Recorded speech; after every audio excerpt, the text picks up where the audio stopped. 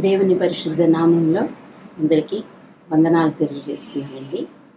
ఈ దిన వాక్య భాగము చదువుకుందాము. అపోస్తలుల కార్యములు 16వ అధ్యాయము 31వ వచనము. అందుకు వారు, ప్రభు అయిన యేసునందు విశ్వాసముంచుము, అప్పుడు నీవును నీ ఇంటి వారును రక్షణ పొందుదురని చెప్పి.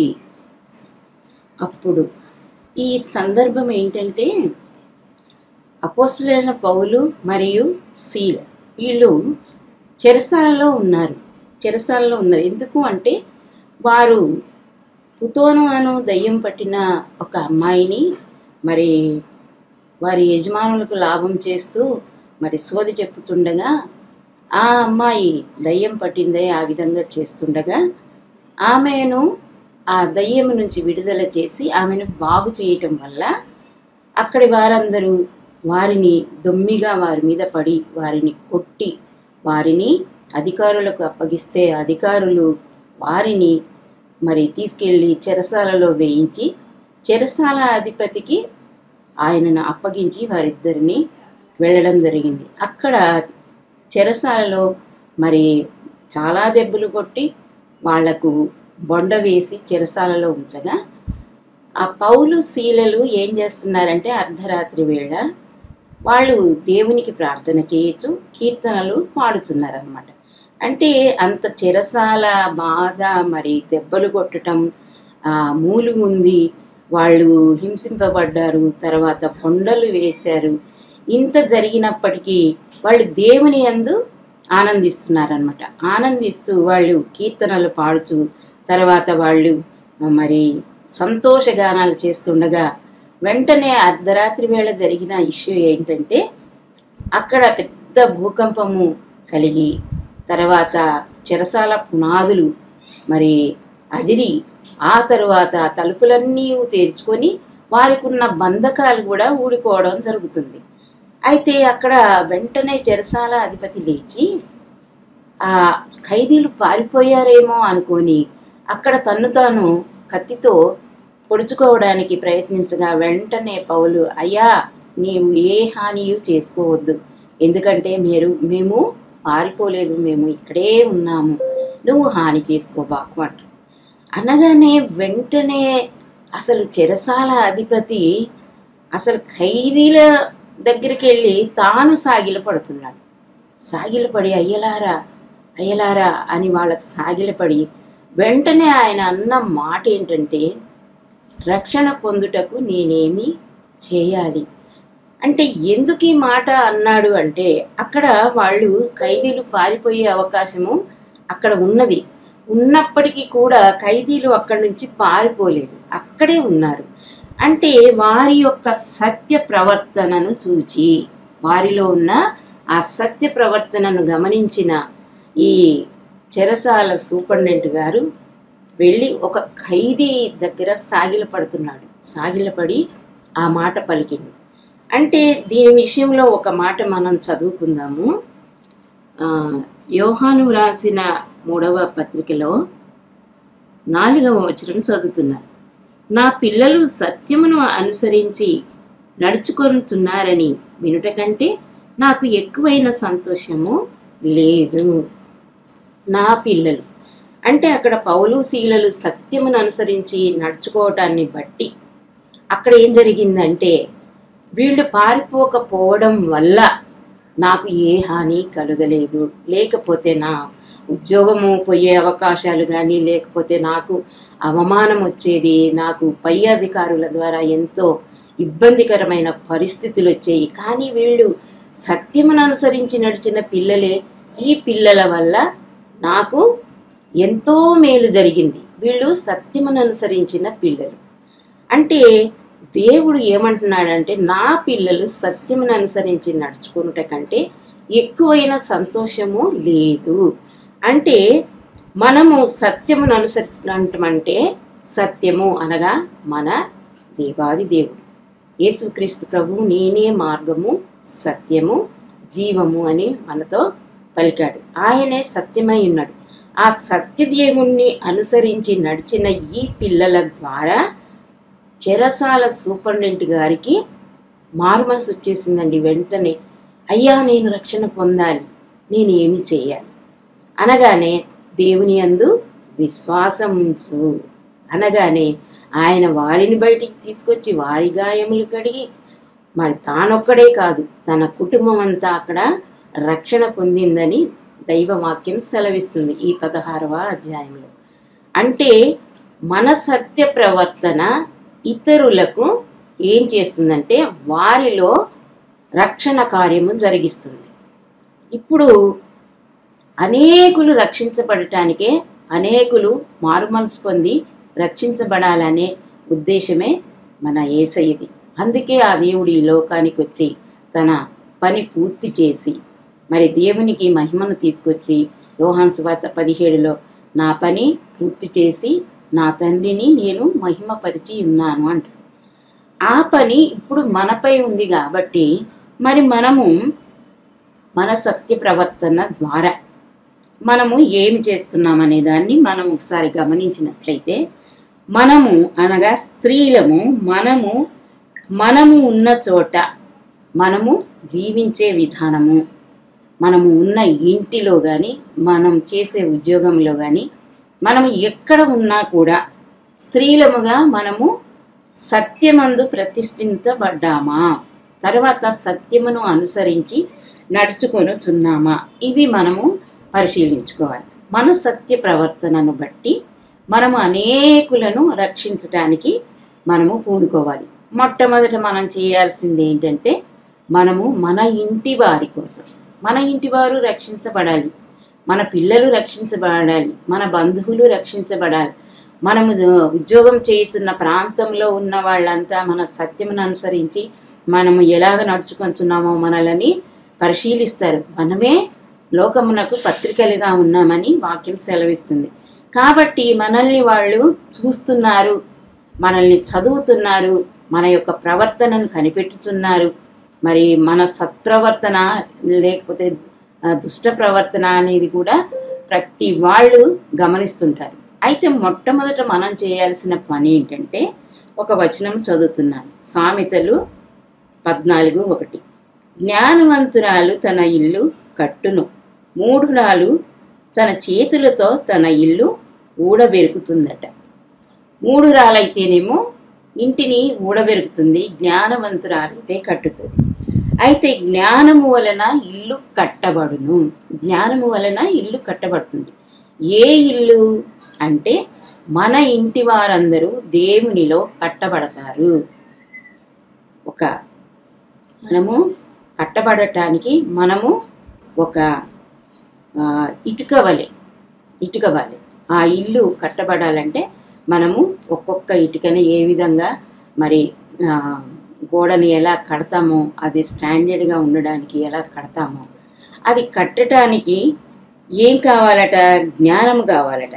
జ్ఞానవంతురాలైతే ఇల్లు కడుతుందట, మూఢురాలైతే ఇంటిని పెరికివేస్తుందట. జ్ఞానము వలన ఇల్లు కట్టబడును. అయితే జ్ఞానము ఎలాంటిదై ఉండాలి అది కూడా చదువుతున్నాను. యాకోబు పత్రిక 3వ అధ్యాయము 17వ వచనం.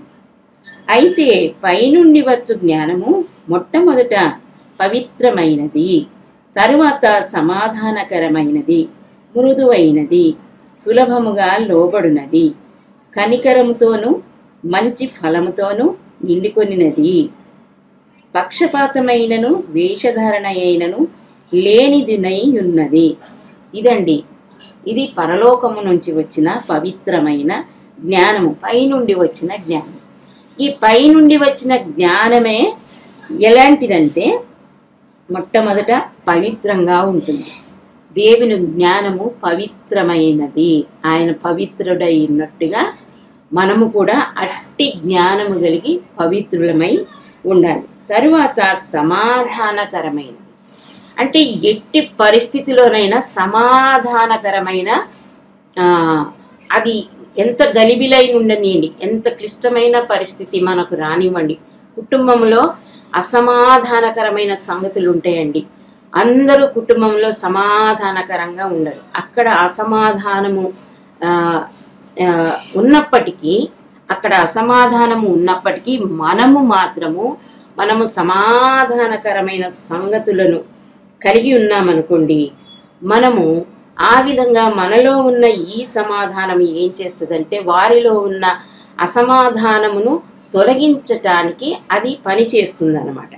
తర్వాత మృదువైనది, చాలా మృదువుగా ఉండాలి. అంటే ఒక కుటుంబంలో కలవరము, శోధన, బాధ, గందరగోళము, మరి తగువులు, ఇంకా రకరకాల మాటలు, మనము పవిత్రముగా ఉన్నప్పటికీ, మనము నిష్కల్మషంగా ఉన్నప్పటికీ, మనము మేలు కోరినప్పటికీ మన ఎదుట ఉన్నవాళ్ళు, అంటే కొందరిళ్లలో భర్తలే వ్యతిరేకంగా ఉంటారు. ప్రతి ఇంటిలో భర్త సమాధానంగా ఉన్నాడు అనడానికి లేదు. ఒకే ఇంటిలో ఉంటారు, మరి భర్త ద్వారా అసమాధానకరమైనవి, మరి రకరకాల ఇబ్బందులు భార్యకు రకరకాల ఇబ్బందులు ఎదురవుతూ ఉంటాయి. మరి క్లిష్టమైన పరిస్థితి గుండా భర్తతో కాపురం చేయాలి. మరి అక్కడ మన పవిత్రతను కాపాడుకోవాలి. వాళ్ళనే మీ మీద చెడ్డ మాటలు పలికిన, మిమ్మల్ని నిందించి హింసించి మీ మీద చెడ్డ మాటలు పలుకున్నప్పుడు మీరు సంతోషించాలి, అంటే సంతోషంగా ఉండాలి. ఇక్కడ చెరసాలలో ఉండి కూడా, అంటే అక్కడ వాళ్ళు క్లిష్టమైన పరిస్థితుల గుండా ఉన్నా కూడా పౌలు శీలలు వాళ్ళు మాత్రము సంతోషంతో పాటలు పాడి, సంతోషంతో కీర్తనలు పాడుతూ, వాళ్ళు అర్ధరాత్రి వేళ కూడా ఎంతో ఆనందం. వాళ్ళున్న పరిస్థితి ఏంటి? వాళ్ళున్నది చెరసాలలో ఉన్నారు, కానీ సత్యమును అనుసరించే నడుచుకుంటున్నారు. ఆ సత్యమును అనుసరించి నడిచిన విధానాన్ని బట్టి అక్కడ రక్షణ కార్యము జరిగిందనమాట. కాబట్టి మనకు ఇల్లు ఒక చెరలాగా ఉండొచ్చు. ఆ ఇంటిలో మనకు మరి ఒక అత్తకు కోడలకు పడకుండా చేస్తానన్నాడు, ఒక కోడలికి అత్తకు, తల్లికి పిల్లకు. మరి ఈ విధంగా ఒకరికొకరికి పడని పరిస్థితులు, గందరగోళ పరిస్థితులు ఇంటిలో ఉంటాయి. ప్రతి నిత్యము మనం ఉదయం లేవగానే మనం ఇవన్నిటిని ఫేస్ చేయాల్సిన పరిస్థితులు ఉంటాయి. ఆ సందర్భంలో ఎలాగ మన రక్షణని కాపాడుకుంటూ మనము మరి పవిత్రంగా ఉండాలి, మాట దొరలకూడదు, చెడ్డ మాట రాకూడదు, మరి సమాధానకరంగా ఉండాలి, వాళ్లతో మృదువుగా ఉండాలి, ప్రవర్తించాలి, తర్వాత సులభముగా లోబడాలి. వాళ్ళు ఎన్ని మాటలు వ్యతిరేక దిశలో ఉన్నను మనకు కీడు చేస్తున్నప్పటికీ కూడా మనము మేలు చేయొచ్చు పోతుండాలి, కీడు అనుభవించాలి, మేలు చేయాలి. ఇది సాధ్యమా అంటే సాధ్యము అవుతుందా కాదా మనకే తెలుసు. అంటే ఒక్కొక్కరి విశ్వాస పరిమాణమును బట్టి, అంటే ఎంతమంది మరి దేవుని మనం ఏ కార్యం చేయాలన్నా ఆ బలవంతుడు మనకు తోడై ఉంటే తప్ప మనము స్థిరంగా ఉండలేము. ఎలాగంటే ప్రతి నిత్యము మనము దేవుని జ్ఞాపకం చేసుకుంటూ, దేవుని యొక్క కార్యాలు, మన యేసయ్య ఎలాగ తనని హింసిస్తున్నా, దూషణ మాటలు అంటున్నా, మరి రకరకాల నిందలు మోపుతున్నా, యేసయ్య ఒక్క మాట కూడా మాట్లాడట్లేదు అక్కడ, అంటే మౌని అయి ఉంటుండు.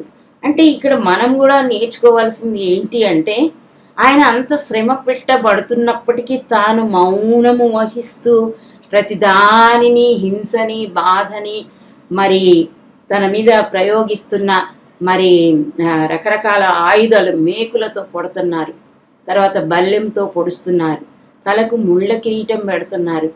మరి ఇన్ని రకాలుగా దేవుణ్ణి ఆ యేసయ్యని హింసిస్తున్నప్పుడు ఆ బాధను అనుభవిస్తున్నాడు, కానీ వాళ్ళని క్షమించమని మాత్రం ప్రార్థన చేస్తున్నాడు. అది మనకు వస్తుందా అంటే వస్తుంది, తప్పకుండా. అది దేవుని వలన మనం సాధ్యపరచుకోవాలి. అంటే ఆ దేవాది దేవుని మనస్సు కలిగి ఉంటే, మనం క్రీస్తును పోలి నడుచుకోవాలనే ఆశ, ఆకలి మనలో ఉంటే మనం తప్పకుండా అటువంటి అది యేసయ్య అనుభవించిన బాధలు అనుభవిస్తూ కూడా మౌని అయి ఉంటాము. కారణం ఏంటంటే, నాలో ఉన్నవాడు లోకములో ఉన్నవానికంటే గొప్పవాడు. ఆ గొప్పవాడు లోపల ఉండి గొప్ప కార్యాలు చేస్తున్నాడు. అంటే సాతాను ప్రేరేపించే ఆ ప్రేరణలకు గురి కాకుండా ఆ బలమైన దేవుని యొక్క పవిత్రమైన ఆ జ్ఞానము మనలో ఉంది కాబట్టి, జ్ఞానవంతురాలు ఇల్లు కడుతుంది. జ్ఞానము వలన ఇల్లు కట్టబడుతుంది. ఇప్పుడు ఇంట్లో ఉన్న ప్రతి ఒక్కరూ ఈ తల్లికి వ్యతిరేకులే, బిడ్డలు వ్యతిరేకులే, భర్త వ్యతిరేకమే. అటు అత్త మామల ద్వారా శ్రమలు రావచ్చు, ఆడబిడ్డల ద్వారా రావచ్చు, లేకపోతే అత్త మంచిదై నయోమి లాంటి మంచి మనస్సాక్షి కలిగినదై ఉండి కోడల ద్వారా వ్యతిరేక పరిస్థితులు రావచ్చు. ఏదైనా సరే ఒక ఇంటిలో ఉన్నప్పుడు ఇద్దరి మధ్య, ముగ్గురి మధ్య, నలుగురి మధ్య ఈ అందరిలో ఒక్కళ్ళు పవిత్రంగా ఉండి మిగిలిన వారితో పోరాటం చెయ్యాలంటే సాధ్యమా అంటే మనకైతే సాధ్యం కాదు, కానీ దేవునికి సాధ్యమే. మరి ఆ దేవునికి సాధ్యమైనప్పుడు ఆ దేవుడు నీలో ఉన్నాడా? నన్ను బలపరచువానిని బట్టి నేను సమస్తము చేయగలుగుతున్నాను. మనలను బలపరిచే దేవాది దేవుని శక్తి మనలో ఉన్నప్పుడు ఆ శక్తి చొప్పున కార్య సాధకము చేసుకుంటూ పోవాలి. కార్యములన్నీ సాధకం చేయాలి. ప్రవ్వా, సహించే గుణము నాకు ఉదయమునే లేవగానే మనం చేయాల్సిన పని ఏంటంటే ఇక్కడ ఉన్న ఈ జ్ఞానం పొందుకోవటానికి ఎల్లప్పుడూ మనం ప్రార్థన చేయాలి. ఆ జ్ఞానం ఏంది? ఇప్పుడే మనం చదివాము. ఆ జ్ఞానము పవిత్రమైనది, మృదువైనది, సమాధానకరమైనది, సులభముగా లోబడినది, కనికరముతోనూ మంచి ఫలముతోనూ నిండుకొయినది, పక్షపాతమైనను వేషధారణ అయినను లేనిది అయి ఉన్నది. పక్షపాతం అస్సలు ఉండకూడదండి. అక్కడ మన వాళ్ళను ప్రేమించి, మనకిష్టమైన వాళ్ళని, మనకిష్టమైన వ్యక్తులను ప్రేమించి, మనకిష్టము కాని వ్యక్తులతో మనము ముభావంగా ఉండడం కానీ, వారిని మనము కూడా దూషణ మాటలు పలకటం కానీ, మనము కూడా వారి ఎడల కక్ష పగ సాధించటం కానీ, ఇక్కడ మనము అటువంటి స్థితి మనకున్నట్లయితే అక్కడ దేవుని కార్యము జరగదు. ఇక్కడ అయ్యా రక్షణ పొందుటకు నేనేమి చేయవలనని వెంటనే వారికి సాగిన పడిన ఈ జైలు సూపరింటెండెంట్, ఇంత గొప్ప అధికారంలో ఉన్నవాడు ఒక ఖైదీకి లోబడుతున్నాడంటే అక్కడ ఏంటి అంటే సత్యమును అనుసరించిన పిల్లలు. ఆ సత్యమునే మనము అనుసరించి మన కుటుంబంలో మనము దాన్ని సాధ్యము చెయ్యగలము.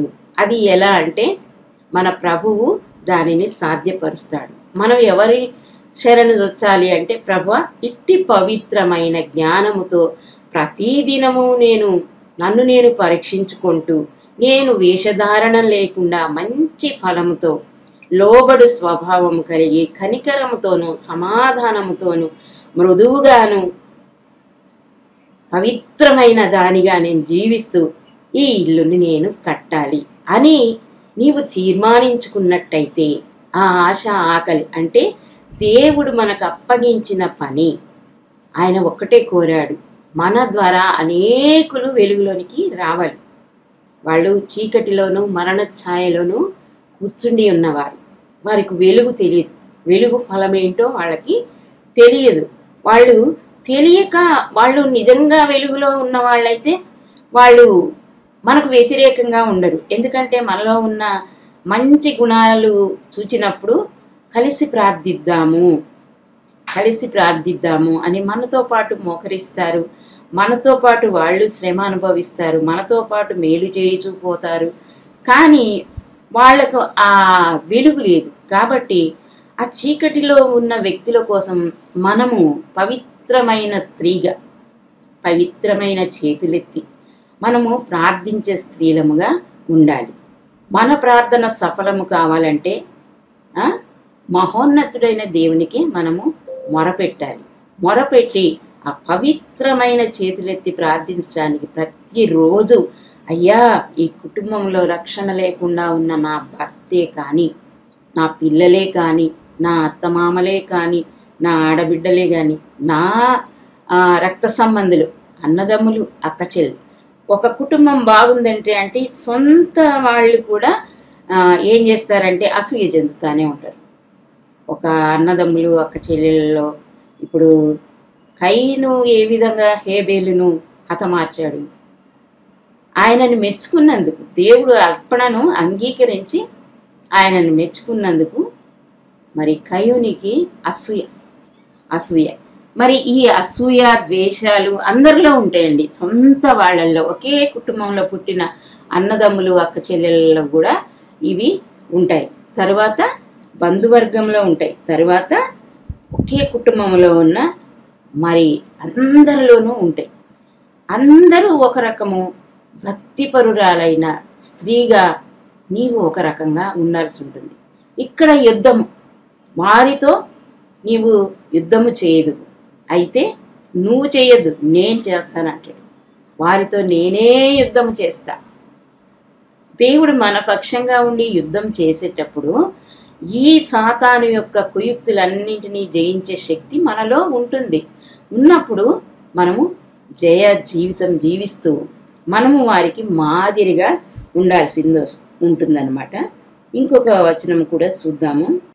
3 యోహాను 1:3 నీవు సత్యమును అనుసరించి నడుచుకొని ఉన్నావు గనుక సహోదరులు వచ్చి నీ సత్య ప్రవర్తనను గూర్చి సాక్ష్యము చెప్పగా విని బహుగా సంతోషించితిని. నీ సత్య ప్రవర్తనను గూర్చి సహోదరులు వచ్చి చెప్తున్నారంట. ఇక్కడ నేను ఒక నిజమైన సంఘటన అండి దైవజనులు చెప్పగా విన్నానన్నమాట. ఒక ఎస్ఐ గారు ఉన్నారు. ఆయన భార్య ప్రభువుని నమ్మింది. అన్యులే అయితే ఆమె ప్రభువుని నమ్మటం ద్వారా ఆమె మందిరానికి వెళ్తుందన్నమాట.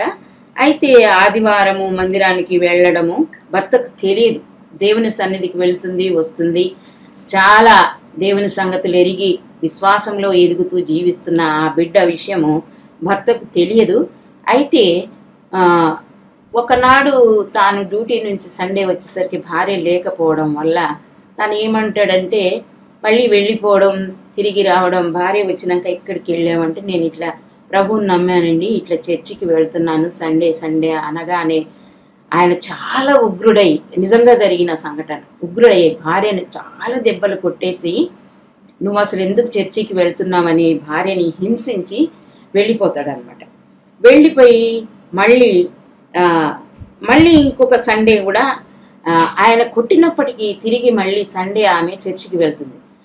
అయితే ఆ దినం రాడు కానీ మరలా ఇంకొక వారము మళ్ళీ ఆయన భార్య చర్చికి వెళ్ళిందన్న సంగతి తెలిసి మళ్ళీ ఆమెను హింసించడం మొదలు పెడతాడు.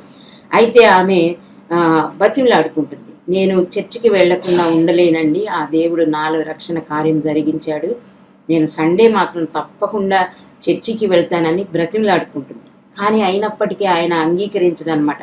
చర్చికి వెళ్ళటానికి వీల్లేదు అని ఖచ్చితంగా చెప్తాడనమాట. చెప్పినప్పటికీ ఒక 2 వారాలు మానుకుంటుంది.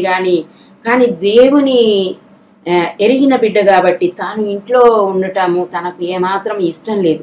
మళ్ళీ తను ఏమైనా కొట్టినా సరే అని తిరిగి ఆమె మందిరానికి వెళ్తుందనమాట. అయితే ఖచ్చితంగా ఈమె వెళ్ళిందో ఏమో అని గమనించడానికి భర్త డ్యూటీ నుంచి రాగానే ఆమె నిజంగా ఇంట్లో లేదు. వెంటనే ఆయన చాలా కోపంతో ఎదురు చూస్తుండగా ఆమె వచ్చిన తర్వాత ఏం చేశాడంటే ఇంట్లోకి తీసుకువెళ్ళి మరి బెల్ట్ దెబ్బలు, కర్ర దెబ్బలతో ఆమెను బాగా గాయపరిచేసి రక్తం గారుతుంది ఆమెను అక్కడ పడేసి ఆమెని ఒక రూమ్లో కొట్టాడు. వేరొక రూమ్లోకి వెళ్ళి ఇట్లా పడుకున్నాడనమాట. కొట్టాడు కానీ అలా పడుకొని ఆలోచించుకుంటూ ఇట్లే పడుకున్నాడనమాట. పడుకుంటే ఆయన కనబడిన సీన్ ఏంటంటే ఇది నిజంగా జరిగిన సంఘటన, దైవజనులు చెప్పారు. ఆయన అట్లా పడుకొని ఉండగానే కళ్ళు మూసుకొని అట్లా పడుకొని ఆలోచిస్తుండగానే ఎదురుగా గోడ పైన సిలువలో యేసయ్య రక్తసిక్తుడై కనబడటం, ఆయన ధీరవదనంతో కనబడటం చూశాడనమాట. ఆయన ఎలాగా మరి గాయపరిచారో, మేకులు కొట్టి తల మీద ముళ్ళ కిరీటం పెట్టి రక్తము పైనుండి కారడం, అట్లా కారిపోవటం ఆ సీను కనబడ్డదనమాట ఆయన కళ్ళల్లో. కనబడగానే ఈయనకు చాలా ఆశ్చర్యం వేసి అయ్యో దేవా ఏంటిది అంటే నా భార్యని కొట్టినందుకు అంటే నిన్ను కొట్టినట్టుగా నువ్వు నాకు కనపరుచుకున్నావు ఏంటి అని వెంటనే లేచిపోయి భార్య మూలుగులు విని వెంటనే ఆమె దగ్గరికి వెళ్ళి ఆమెకు తగిలిన గాయాలు, ఆమె దగ్గర కారుతున్న రక్తము అదంతా చూచి వెంటనే చెలించిపోయి యేసు ప్రభువు ఇన్ని దెబ్బలు పడినా కూడా అక్కడ యేసు ప్రభు వీరిని క్షమించుము అని అన్న మాట సిలువలో ఆ మాట ఇతనికి వినబడుతుంది అనమాట. అయితే ఆ మాట ద్వారా ఇన్ని దెబ్బలు కొట్టినా యేసయ్య క్షమించుము వీరిని అని అన్నాడే. అయ్యో, నా భార్యని కూడా నేను ఎంతకాలం నుంచో కొడుతున్నాను, ఒక్కనాడు కూడా నాకు వ్యతిరేకంగా ఒక్క మాట పలకలేదు, లేచి నాకు వంట చేసి పెట్టేది, ఇంత సహనం ఎక్కడిది అంటే ఈ యేసయ్య ద్వారానైనా ఈమెకు ఇంత క్షమాగుణం ఉంది, ఇంత ఓర్చుకునే తత్వము, ఇన్ని బాధలు భరించుతున్న ఈ సిలువ రక్తము ద్వారానా, ఈ సిలువలో ప్రభువు పడిన దీనిని బట్ట ఈమె నా యేసయ్య దగ్గరికి నేను వెళ్ళాలండి అని అడుగుతుంది అని వెంటనే ఆయనలో చలనం వచ్చేసి ఆమె దగ్గరికి వెళ్ళి ఆమె గాయాలు కట్టి ఆమెని లేపి మంచం మీద పరుండబెట్టి వెంటనే తనలో మారు మనసు వచ్చిందండి. మారు మనసు రాగానే, అమ్మా నేను కూడా నీతో మందిరానికి వస్తా అని 2 వారాలు పట్టిందంట. ఈమె వెళ్ళట్లేదు, సేవకుడు ఆ సిస్టర్ రావట్లేదు అని అనుకుంటున్నాడంట. అయితే ఆ వీక్ ఎస్ఐ గారిని తీసుకొని తాను వెళ్ళి మందిరంలో కూర్చోటం సేవకుడు చూడగానే ఆశ్చర్యపోయాడట. తర్వాత చూస్తే ఆమె ఒంటి నిండా గాయాలు ఎన్నో ఉన్నాయంట, కట్లు కట్టి ఉన్నాయంట. అంటే దైవ కార్యము, సిలువ కార్యము జరగాలంటే ఆ దేవుడు పడిన శ్రమలు, ఆ కష్టాలు, ఆ నష్టాల గుండా మనము కూడా ప్రయాణించినట్లయితే, అంటే మనము కూడా ఆ సిలువను మోసే వాళ్ళంగా ఉండాలి. ఆ సిలువ రక్తము ఏ విధంగా అనేకుల యొక్క పాపక్షమాపణ నిమిత్తం చిందించబడ్డాడో, మన కుటుంబ రక్షణ కొరకు మనకు గాయాలైనప్పటికీ నోటి మాటల వలన కలిగే నొప్పి, మనల్ని మాటలతో హింసిస్తారండి, కర్రలతో కొట్టకపోయినా ప్రతి నిత్యము మనకు వ్యతిరేకంగా ఉన్న మన ఇంటి సభ్యులే మనల్ని గాయపరుస్తున్నప్పుడు నోటి మాటల వలన కలిగే నొప్పి నీకు తగలకుండా నేను చాటు చేస్తాను అని మన ప్రభువు సెలవిచ్చారనమాట. కాబట్టి ఇన్ని విధాలుగా మనల్ని కాపాడుతూ మనల్ని రక్షిస్తూ మన ద్వారా తన కార్యం జరిగించుకోవటానికే నేను నిన్ను ఏర్పరచుకొని ఉన్నాను, నీవు భయపడకు, నేను నిన్ను ఏర్పరచుకున్నాను. ప్రభువు మనల్ని ఏర్పరచుకున్నాడు కాబట్టి మనకు ఏమని పేరంటే సత్యమును అనుసరించు పిల్లలు అని మనకు పేరన్నమాట. కాబట్టి జ్ఞానవంతురాలైన స్త్రీ ఏం చేస్తుందంటే సత్యమును అనుసరించిన కుమార్తెగా తాను ఉంటదన్నమాట. తర్వాత ఇంకో వచనం చదువుతున్నానండి. ఇదే వచనం మళ్ళీ చదువుతున్నా. 3వ యోహాను 1:4. నా పిల్లలు సత్యమును అనుసరించి నడుచుకుంటున్నారని వినుట కంటే నాకు ఎక్కువైన సంతోషము లేదు. తర్వాత 2వ యోహాను 1:3లో సత్య ప్రేమలు మన యందుండగా తండ్రి అయిన దేవుని యొద్ద నుండి, తండ్రి యొక్క కుమారుడగు యేసుక్రీస్తు నొద్ద నుండి కృపయు కనికరమును సమాధానమును మనకు కలుగును. చూడండి, ఆ తండ్రి యొక్క కుమారుడు యేసు యొద్ద నుండి కృప దొరుకుతుంది, మనకు కనికరము దొరుకుతుంది, సమాధానము కలుగుతుంది. కాకపోతే శ్రమ కలుగుట వలన ఏమైందంట? మేలు జరిగింది. ఈ శ్రమను మనం అనుభవించడం ద్వారా మన శ్రమల వలన ఇతరులకు రక్షణ కార్యం జరుగుతుంది. వారు రక్షణ పొందుటకు నేనేమి చేయవలెను అంటే, చూడండి ఈ స్త్రీ ఎంతగా బాధ అనుభవించిందో, ఎంత తాను మూలిగిందో, ఆ గాయాలతో మూలిగిందో, ఎంత హృదయంలో వేదన పడిందో. మరి ఇన్ని కార్యాలు జరగటం ద్వారా తన క్రూరమైన మనస్సు కలిగిన భర్త, కఠినుడైన భర్త మారడానికి అక్కడ అవకాశము కలిగింది. అలాగే మన ఇంట్లో ఎంతమంది క్రూరమైన మనస్తత్వము, మనల్ని గాయపరిచే మనస్తత్వం, మాటల ద్వారా హింసించే మనస్తత్వం ఉన్నప్పుడు కొన్ని మనము మౌనం వహిస్తూ వాళ్ళని క్షమిస్తూ వెళ్తుంటే దేవాది దేవుడు మనకు కీడు చేసి మేలు అనుభవిస్తున్నాము గనుక మనకు గొప్పదైన మేలుందండి. గొప్పదైన మేలు దేవుని ప్రేమించు వారికి, అనగా తన సంకల్పము చొప్పున పిలువబడిన వారికి మేలు కలుగుటకై సమస్తమును సమకూడి జరుగుతుంది. మనకు తప్పకుండా సమస్తము సమకూడి జరుగుతుంది. కారణం ఏంటంటే మనము దేవుని ప్రేమిస్తున్నాము కాబట్టే దేవుడు మనకు అప్పగించిన పని నిమిత్తము సహించగలుగుతున్నాం. సహించిన వారమైతే మనము ఏలుతాము అని ఒక వాక్యము సెలవిస్తుంది అనమాట. అంటే ఈ సహనము ద్వారా ఎంత గొప్ప కార్యం జరిగింది.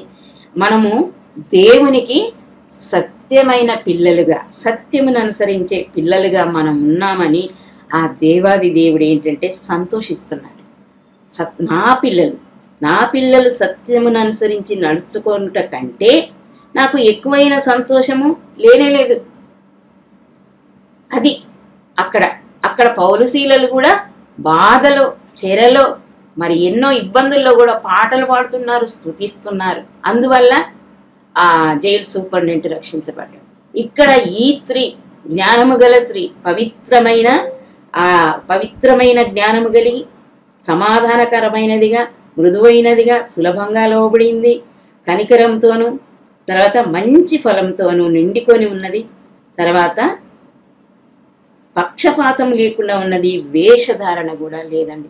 ఇట్టి పవిత్రమైన జ్ఞానంతో స్త్రీలము, జ్ఞానవంతురాలు తన ఇల్లు కట్టును, జ్ఞానము వలన ఇల్లు కట్టబడును. కాబట్టి ఎన్ని గృహాలలో మరి మరి మరి ఇల్లు కట్టబడకుండా, ఆత్మీయంగా కట్టబడకుండా ఉన్నారు, నశించిపోతున్నారు మన కుటుంబ సభ్యులు.